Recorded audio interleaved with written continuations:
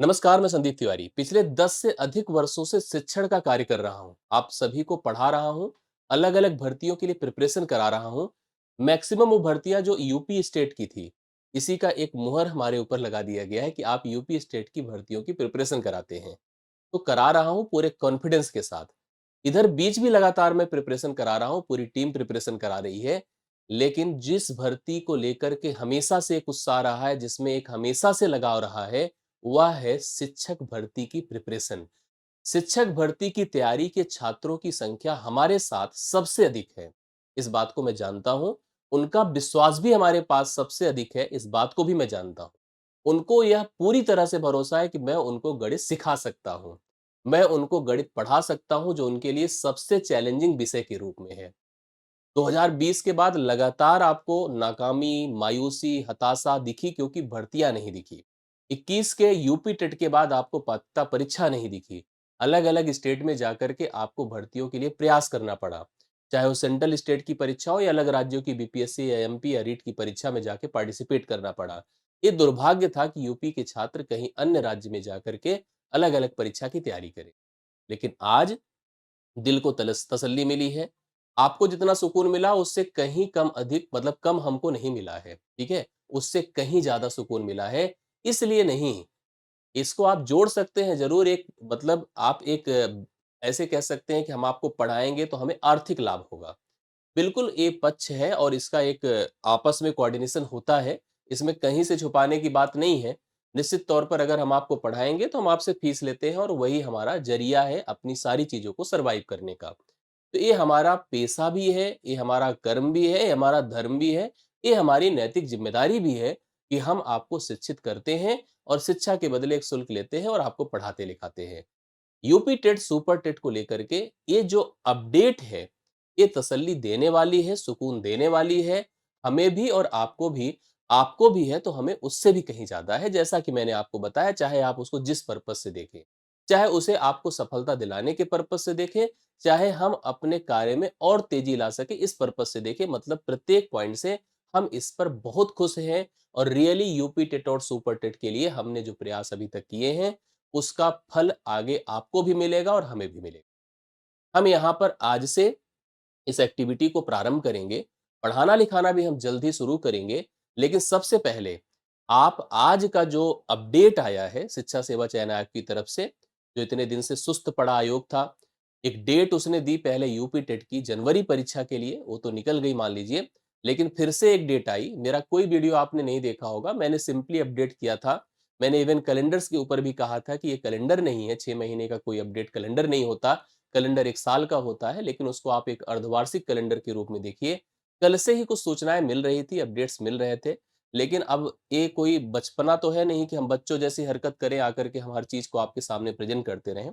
जब तक कुछ ऑथेंटिक और अपडेटेड ना मिले, क्लियर ना मिले, तब तक हम आपको अपडेट नहीं कर सकते थे, क्लियर नहीं कर सकते थे। सबसे पहले शुरुआत करता हूँ कहाँ से, आप इन सारे बोर्ड्स पर लिखे शब्दों का अर्थ मतलब समझिए। हम यूपी टेट से सुपर टेट दोनों शब्द लिखे हैं, हम एक बात नहीं लिखे हैं। एग्जाम से नोटिफिकेशन तक की बात कर रहे हैं, एग्जाम डेट से नोटिफिकेशन तक, क्योंकि पैटर्न ऐसे बदल गया है यूपी परीक्षाओं की। पहले एग्जाम डेट कंफर्म होती है, फिर नोटिफिकेशन आता है और ऐसे में उम्मीद की जाती है शायद कुछ बदलाव हो। आज आयोग ने पाठ्यक्रम जारी किया, एग्जाम पैटर्न जारी जारी किया, बिल्कुल चेंज नहीं, बिल्कुल क्लियर और उसी तरह का पैटर्न जो पहले था। इसके कयास क्या लगाए जा सकते हैं कि निश्चित तौर पर आयोग इस समय एग्रेसिव है नई भर्ती देने को लेकर, पुरानी जितनी भी परीक्षाएं बची थी उन परीक्षाओं को कराने को लेकर के। एक परीक्षा की डेट को लेकर कैलेंडर जारी किया गया था, पिछले आपने नोटिस किया था 20 तारीख को, करेक्ट है? और आज हम लोग यहाँ पर है 28 तारीख को। 8 दिन बाद अपडेट है। परीक्षा तिथि को लेकर के यहाँ पर क्लियरिटी थी कि यूपी टेट का एग्जाम, बाकी शिक्षक भर्ती की भी परीक्षाएं अपडेटेड थी, जो पुरानी 22 की टीजीटी पीजीटी की परीक्षा थी, सहायक असिस्टेंट प्रोफेसर की परीक्षा थी, सहायक आचार्य का पेपर था, मतलब यूपी टेट का एग्जाम जुलाई में होगा, जुलाई में प्रस्ताव होगा। इस पर फाइनली आपको एक मुहर दे दी गई थी, बट इतना हमने एग्रेशन और इतनी चीजें आपके सामने नहीं दिखाया, क्योंकि भाई इससे पहले भी डेट दी गई थी। बट आज जिस प्रकार से पाठ्यक्रम सिलेबस को लेकर हम समझ रहे थे कि इस पर अपडेट आएगा, हाँ, उम्मीद जरूर थी कि कुछ चेंज आएगा, बट एज इट इज आया, उसी तरह से आया, जिसको आपको समझना ज़रूरी है। अगर आप नए हैं तो वो भी समझना ज़रूरी है, पुराने हैं, पहले से भी पार्टिसिपेटेड हैं तो भी समझना ज़रूरी है। टेट देना है कि नहीं, अगर क्वालिफाइड है तो भी समझना ज़रूरी है। सीटेट अगर आप दे रहे हैं और सीटेट ऑलरेडी क्वालिफाइड है तो भी समझना ज़रूरी है। मतलब प्रत्येक स्थिति में आपको आपको सारी बातों को कन्फर्म करना ज़रूरी है। ये जो डेट है जुलाई का, ये मानकर चलिए कि आपको इसी फ़ेब में, इसी फरवरी में इसका नोटिफ़िकेशन दिख सकता है, करेक्ट है? फरवरी में नोटिफ़िकेशन दिख सकता है, जुलाई में पेपर होगा। इसी नोटिफ़िकेशन से लेकर इस एग्ज़ाम डेट के बीच में हम जो श्योर हैं इस बात को लेकर के 2026 के अपडेट को लेकर के, मई के आसपास आपको जो है सुपर टेट का भी नोटिफ़िकेशन दिया जा सकता है। ये आयोग की तैयारियों का एक हिस्सा है।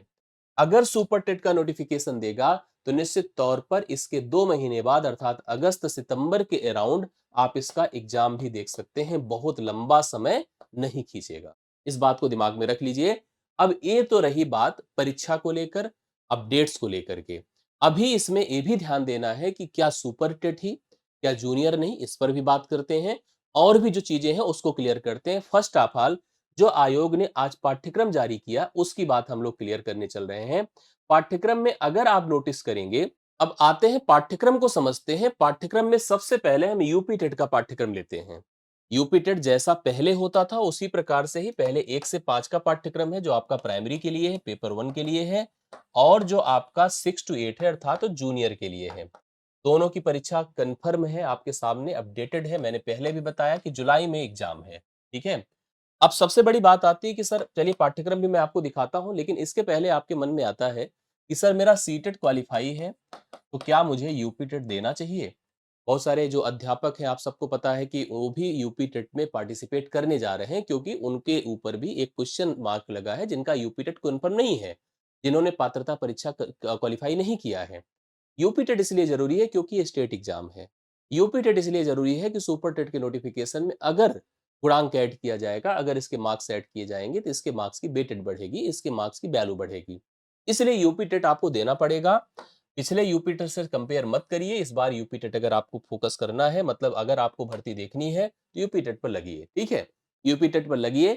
दोनों यूपी टेट, चाहे वो आपका प्राइमरी, जिस योग्यता में आप हैं, जिस भर्ती के लिए आप प्रिपरेशन कर रहे हैं, जिस भर्ती के लिए सोच रहे हैं, उसी हिसाब से अपना प्राइमरी और जूनियर का पेपर, भले आपका सीटेट क्वालिफाई है, ये अलग बात है कि सीटेट वालों को मौका मिलेगा, श्योर है, इसमें कोई डाउट नहीं है। बट यूपी टेट आपके स्टेट का है और आपको इस पर प्रायोरिटी देनी चाहिए। अब सबसे पहले यूपी टेट का प्राइमरी का विषय जो वस्तु है, उस पाठ्यक्रम स्ट्रक्चर को देखते हैं। जो पहले था सेम वही है, पहले भी इसी तरह से होता था। 1 से 5 का जो हम पाठ्यक्रम देख रहे हैं, 2.5 घंटे का पेपर है, 2 घंटे 30 मिनट का, ठीक है, 2 घंटे 30 मिनट का पेपर है, अर्थात 150 मिनट का पेपर है। 150 मिनट का पेपर हिंदी अंग्रेजी दोनों मीडियम में आपके सामने होगा। एक पॉजिटिव अंक मिलेगा, अर्थात +1 अंक मिलेगा। नेगेटिव का कोई सिस्टम नहीं है, नो नेगेटिव मार्क है। उसी प्रकार से प्रश्न है जैसे कि बाल विकास शिक्षण विधि, आपको पता है अनिवार्य है। 30 सवाल है और 30 अंक इसके मिलने वाले हैं। भाषा प्रथम हिंदी अनिवार्य है, 30 क्वेश्चन है, 30 अंक इसके मिलने वाले हैं। भाषा द्वितीय अंग्रेजी उर्दू संस्कृत अनिवार्य, जो आपको जैसे चूज करना है, 30 क्वेश्चन है, 30 अंक मिलने वाले हैं। गणित अनिवार्य है, जो मेरा हिस्सा है, आपको मैं पढ़ाऊंगा, 30 सवाल है, 30 अंक इसके मिलने वाले हैं। पर्यावरणीय अध्ययन अनिवार्य है, जो आपका ईवीएस का हिस्सा है, 30 क्वेश्चन है, 30 अंक मिलने वाले हैं। मतलब 150 नंबर का पेपर जैसे पहले होता था उसी प्रकार से 150 अंक यहाँ पर इसके मिलने वाले। तो आप सभी लोग इसकी प्रिपरेशन पर फोकस करिए। इसका डिटेल्ड जो सब्जेक्ट वाइज पाठ्यक्रम है कुछ इस प्रकार से है। इस सब्जेक्ट वाइज पाठ्यक्रम अगर आप नोटिस करेंगे, ये देखिए आपको डिटेल्ड पूरा दिया गया है। मैं टेलीग्राम में डलवा देता हूँ, आप टेलीग्राम ग्रुप से जुड़ जाइए। 1 से 5 के लिए बाल विकास का पूरा डिटेल, की इसमें बाल विकास है, सीखने का अर्थ सिद्धांत है, शिक्षण विधियां हैं, समावेशी शिक्षा है, और अधिगम अध्यापन है। इसके बाद भाषा में हिंदी का पूरा डिटेल्ड आपको दिया गया है, जितनी भी चीजें पढ़नी होती सब मेंशन किया गया। उसके साथ साथ उसका शिक्षण वाला हिस्सा भी है। भाषा टू इंग्लिश का पूरा पाठ्यक्रम डिसाइडेड है, उर्दू का डिसाइडेड। अब उर्दू तो आपको देना नहीं है, जिसको देना हो दे सकता है, इसमें कोई ऐसी बात नहीं है। भाषा विकास अध्ययन, गणित का जो हमारा पार्ट है, मैं इसको डिटेल से एक वीडियो लेकर के आपको एक्सप्लेन करूंगा कि गणित में आपको क्या क्या पढ़ना है, किस स्तर का पढ़ना है। हालांकि मैं जो सिलेबस देख रहा हूँ इसमें कोई ऐसा चेंज नहीं किया गया है, जो आपको पिछले सिलेबस के हिसाब से था। जो हम लोग पढ़ा रहे थे वही सिलेबस आपका मान्य होगा, वही एप्लीकेबल होगा, इसलिए टेंशन लेने की बहुत जरूरत नहीं। हाँ, इसमें जो अध्यापन संबंधी पेडागोजी का पार्ट है, शिक्षण का पार्ट है, वो ऐड किया गया है, वो आपके सामने है। पर्यावरणीय अध्ययन में उसी प्रकार से सारी चीजें जो पुरानी थी, वो सब कुछ ऐड किया गया है, तो इसमें कोई बहुत बड़ा परिवर्तन नहीं किया गया है। कोई परिवर्तन बेसिक किया ही नहीं गया है, अगर आप समझ रहे हैं। अब हम दूसरे हिस्से में चलते हैं, जो कि आपका पेपर 2 का है। ये भी सेम उसी तरह से है कि आपके जो मेन हिस्से हैं, जैसे कि कॉमन हिस्सों की बात करा जाए, बाल विकास शिक्षण विधि है, इसमें भी 30 सवाल, 30 प्रश्न का है। अनिवार्य पहली भाषा हिंदी, दूसरी ऑप्शनल आपकी जैसे होती थी उसी प्रकार से है। ठीक है? अब बात आता है इसमें कि आप किस वर्ग से दे रहे हैं। आप मैथ एंड साइंस वर्ग से दे रहे हैं कि आप एसएसटी वर्ग से दे रहे हैं। जैसा होता था उसी प्रकार से मैथ साइंस होगा तो भी 60 नंबर का होगा और एसएसटी होगा तो भी 60 का होगा। अगर मैथ साइंस होगा तो 30 सवाल मैथ के होते हैं, 30 सवाल साइंस के होते हैं। जूनियर का जो पाठ्यक्रम पैटर्न पहले होता था उसी तरह से दिया गया है। ये भी 150 नंबर का पेपर है, क्योंकि 90 यहीं से हो गया, 60 यहाँ से हो गया और 150 नंबर इसमें भी मिलेंगे। इसमें भी 2.5 घंटे का पेपर 125 मिनट 150 मिनट का है, 6 से 8 का है। कोई नेगेटिव नहीं, 1 नंबर पॉजिटिव है। एमसीक्यू पेपर है, हिंदी अंग्रेजी दोनों मीडियम में पेपर एप्लीकेबल आपको मिलेंगे। यहाँ तक तो चलो क्लियर था, लेकिन जो उम्मीद थी सबको और हमको भी कि जो सुपर टेट होगा, जो सुपर टेट जिसे आप प्राथमिक भर्ती कहेंगे, ठीक है, हम लोग यहाँ पर इसी को लेकर सबसे ज्यादा दबाव में थे। कभी भी कोई वीडियो होता था, किसी भी क्लास में जाता था, ये प्रश्न सबसे पहले आपका हमारे पास आता था कि सर ये आएगा या नहीं आएगा। 2026 तो आ ही गया है, याद रखिएगा, ये क्रॉस नहीं जाएगा, क्लियर कर लीजिएगा, ये 2026 क्रॉस नहीं होगा। इसमें आपको एक सुपर टेट, एक भर्ती देने का मौका जरूर मिलेगा।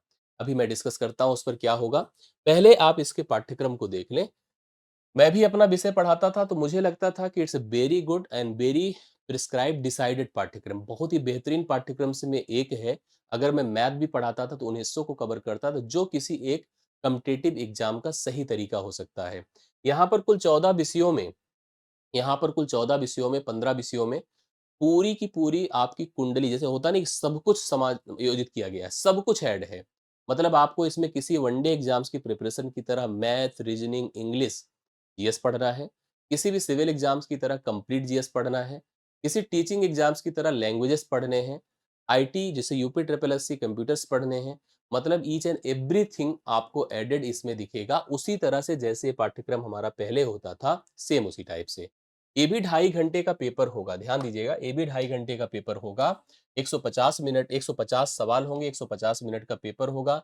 एक सवाल के लिए एक अंक यहाँ पर एमसीक्यू बेस्ड रहेगा। जो विषय वस्तु है, इसमें विषय वस्तु दो हिस्सों में हम देखते हैं।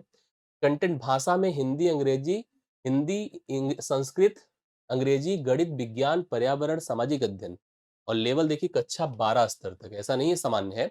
शिक्षण कौशल, बाल मनोविज्ञान, सूचना तकनीकी, जीवन कौशल प्रबंधन, अधिवृत्ति, डीएलएड स्तर तक, उस पाठ्यक्रम के स्तर तक। और हिंदी अंग्रेजी दोनों भाषा में पेपर होगा। पूरा पाठ्यक्रम देखिए डिसाइडेड है। विज्ञान 10 नंबर का, ठीक है। जो हिंदी, अंग्रेजी तथा संस्कृत, मतलब तीनों भाषाओं को ऐड कर दिया जाए, हिंदी भी, अंग्रेजी भी, संस्कृत भी, तो टोटल 40 नंबर का है, ठीक है। इसमें व्याकरण है और अपठित गद्यांश है। गणित आपका जैसे पहले था उसी प्रकार से 20 सवाल हैं, 20 नंबर के हैं। पर्यावरण एवं सामाजिक अध्ययन 10 सवाल हैं, 10 नंबर के। शिक्षण कौशल 10 सवाल है, 10 नंबर का। बाल मनोविज्ञान 10 सवाल है, 10 नंबर का। सामान्य ज्ञान समसामयिक घटनाएं 30 सवाल, 30 नंबर का। रीजनिंग 5 सवाल, 5 नंबर का। सूचना तकनीकी 5 सवाल, 5 नंबर का। जीवन कौशल प्रबंधन एवं अधिवृत्ति 10 सवाल, 10 नंबर। कुल मिला के जैसे पहले होता था उसी प्रकार से ये भी 150 क्वेश्चंस का सेट है। 150 नंबर मिलने वाले हैं और 150 नंबर में कोई ऐसा कोई बेसिक परिवर्तन नहीं किया गया। जैसे हम देख रहे हैं कि तमाम थंबनेल्स में बड़े बदलाव और चीजें तमाम आपके सामने आ रही प्रेजेंटेबल, कुछ भी परिवर्तन नहीं है। Each and everything is same, पहले की तरह ही आपके सामने एक पाठ्यक्रम है। अब हमारे सामने देखिए कई प्रश्न आते हैं। एक प्रश्न तो सबसे पहले आता है कि हमें भरोसा ही नहीं है सर, अभी हमें कोई डाउट, मतलब वो नहीं है कि अभी पता नहीं क्या होने वाला है, क्या नहीं होने वाला है। मैं आपको बता दूं, आप पहला काम ना, इस जो शब्द है भरोसा, इसको जगाइए, इसको सोचिए कि चीज होगी। अगर नहीं होगी, अगर नहीं पॉसिबिलिटी सेट होगी माइंड में, नहीं आपको पॉजिटिव थॉट्स दिखेगी, तो आपको जो है चीजें कंफर्म होती नहीं नजर आएगी। तो सबसे पहले एक विश्वास अपने अंदर डेवलप करिए। इस साल हमको इस साल हमको अगर पात्रता परीक्षा देने का मौका मिल रहा है इतने दिनों के बाद, तो निश्चित तौर पर हम उम्मीद कर रहे हैं, हम पूरे विश्वास में हैं कि हमको यहाँ पर सुपर टेट भी दिखेगा अर्थात पीआरटी का भी पेपर देने को मौका मिलेगा, मतलब प्राथमिक में भी हम बैठेंगे और साथ-साथ हम एक जूनियर की भी भर्ती देखेंगे, अर्थात दोनों भर्तियाँ यहाँ पर हैं और बदले हुए पैटर्न के साथ अगर जो है नया आयोग इस भर्ती को करा रहा है, तो कई स्तर पर भले ही पाठ्यक्रम आपको एक जैसा दिखे बट उसके लेवल, स्ट्रक्चर तमाम चीज़ों में बहुत परिवर्तन होते हैं और उन परिवर्तन को वर्तमान के हो रहे एग्ज़ाम के नज़रिए से देखिए, तो आपको बहुत कुछ क्लियर होगा, ठीक है? जो अभी प्रेजेंट में पेपर चाहे केबीएस का हुआ हो, चाहे बीपीएससी का हुआ हो, जिन स्तर का पेपर हो रहा है वर्तमान पेपर, उनकी एनालिसिस आपके लिए बहुत मस्ट होगी। इसका जीता जाता एग्जाम्पल देखिए ऐसे सोचिए, हम में से बहुत सारे लोग जो हम तैयारी करने वाले हैं, इतने ज्ञानवान होते हैं, इतने हमको जान नॉलेज होती है कि हम अपनी ही बातें रखते हैं। हम इधर-उधर की गतिविधियों में अपनी चीज़ों को खराब करते हैं। सफल वो होते हैं जो कंसिस्टेंट रहते हैं, रेगुलर रहते हैं। हम आपको 2020 से मतलब वो जो भर्ती थी पिछली वाली उसके बाद से पढ़ा रहे हैं। वो भर्ती भी हम लोगों ने बहुत अच्छे से पढ़ाया था। बहुत सिलेक्शंस है उस भर्ती से भी और आप सबको पता 69,000 वाली भर्ती में बहुत सारे लोग थे जो छँटे थे, वो होंगे हो सकता है हमारे साथ या जो सिलेक्टेड है वो भी हो सकता है वीडियो देख रहे हों। तो कुल मिला के मेरा ये कहना है कि उस भर्ती के बाद से हमने बहुत बैचेस पढ़ाई। और सब इसी उम्मीद में पढ़ा रहे थे कि नई भर्ती आएगी, सिलेक्शन होगा। बट बहुतों का जो एक पेपर हुआ था आप सबको पता है जो 20 से पढ़ रहे थे 2020 से, पेपर हुआ बीपीएससी का। आपने देखा कि बीपीएससी जो बिहार गवर्नमेंट है, उसने बीपीएससी में डोमिसाइल लगा दिया। इतना विरोध था बिहार में इसलिए क्योंकि बहुत सारे यूपी के सिलेक्शंस बिहार में हुए। जो यूपी के छात्र थे उनका सिलेक्शन बीपीएससी में टीआरई 1 में, 2 में, 3 में हुआ। बहुत सारे लोग जाकर वहाँ जॉइन किए। कारण सोचिए, बिहार में कोई भर्ती नहीं थी। 2020 से लगातार लोग सुपर टेट पढ़ रहे थे यूपी वाले। वही जैसा पाठ्यक्रम, एक जैसा पाठ्यक्रम इन्होंने पढ़-पढ़ करके बीपीएससी की परीक्षा को क्वालीफाई कर लिया। वहाँ उनका सिलेक्शन हो गया और जो है यहाँ पे भर्ती नहीं आई। अब वो भाग-भाग के चले गए, कोई जूनियर जॉइन किया है, कोई प्राइमरी जॉइन किया है, कोई टीजीटी किया है, तो मतलब जॉइन किए हैं लोग। लेकिन मैं बता दूँ, आप अंतर समझते होंगे कि यूपी की शिक्षक और बिहार के शिक्षक में बहुत अंतर है, सैलरी से लेकर के हर चीज़ में। ऐसे में जब ये नोटिफ़िकेशन दिखेगा आपको, कि यहाँ से लोग सिलेक्टेड लोग आएँगे इस भर्ती प्रोसीजर में काम करने के लिए, सोचिए अगर एक बार वो पढ़ करके यहाँ सेलेक्ट हो सकते हैं, तो इस समय उस स्थिति में होंगे कि अगर वो कमिटेड होंगे, कंसिस्टेंट होंगे, तो इस भर्ती में भी बहुत तगड़ी फाइट देंगे। इसलिए हमारा जो फ़ोकस आपका जो फ़ोकस होना चाहिए, पढ़ने के प्रति होना चाहिए। इधर-उधर की चीज़ें छोड़ कर के लग जाइए क्योंकि एक मौका मुझे नहीं लगता इससे ज़्यादा आपको फिर कभी मिलने वाला है और ये मौका अगर गया हाथ से तो सोचिए कितनी बड़ी हताशा हमको मिलेगी, ये आपको समझना होगा। हमसे क्या उम्मीद कर रहे हैं आप बताइए? हमने सब कुछ लगभग-लगभग क्लियर बताया। हम भी अपनी प्लानिंग कर रहे हैं और हम आपके साथ उस प्लानिंग में मिलेंगे, अपडेट करेंगे, पढ़ाएँगे, सब कुछ कन्फर्म करेंगे, सब कुछ एक प्रॉपर मैनर में आपके सामने लाएँगे। और उम्मीद करिए, भरोसा रखिए, विश्वास रखिए कि हम आपको अपनी तरफ से जो सबसे बेहतर विकल्प स्टडी का हो सकता है, हम आपको प्रोवाइड आप सभी निश्चिंत होकर हमसे जुड़ेंगे, पढ़ेंगे। अगर आप जानते हैं हम मैथ आपको पढ़ाते हैं और उस तरह से पढ़ाते हैं जो आपकी नीड है, उस तरह से पढ़ाते हैं जिस तरह से आपको समझ में आता है, तो आप भरोसा करके हमसे जुड़ सकते हैं। हम आपको आपके भरोसे को तोड़ेंगे नहीं। अलग-अलग परीक्षाओं में आप हमसे पढ़ते नज़र आए हैं और इस परीक्षा में भी अगर आप हम पर भरोसा करते हैं, तो हम आपके लिए बेहतर करेंगे। कुल मिला के आप हमसे जुड़िए, हम आपको यूपी टेट से लेके सुपर टेट, प्राइमरी से लेके जूनियर तक की पूरी प्रिपरेशन कराने की रिस्पॉन्सिबिलिटी ले रहे हैं।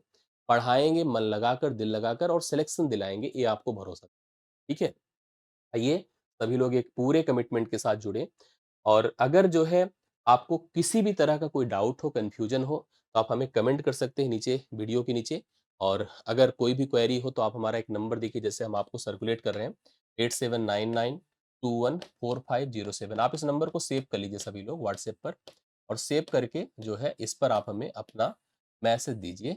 हम उस मैसेज से आपको और भी कन्फर्म करेंगे जो भी चीज़ें हो सकती हैं क्योंकि हम जो भी सूचना आएगी उस पर हम अपडेट करेंगे तो आपको पता चले। Thank you so much. ढेर सारा प्यार, धन्यवाद, शुभकामनाएँ। इतने बड़े दिनों के बाद ये मौका मिल रहा है, चूकिए ना, ऐसा प्रयास करिए।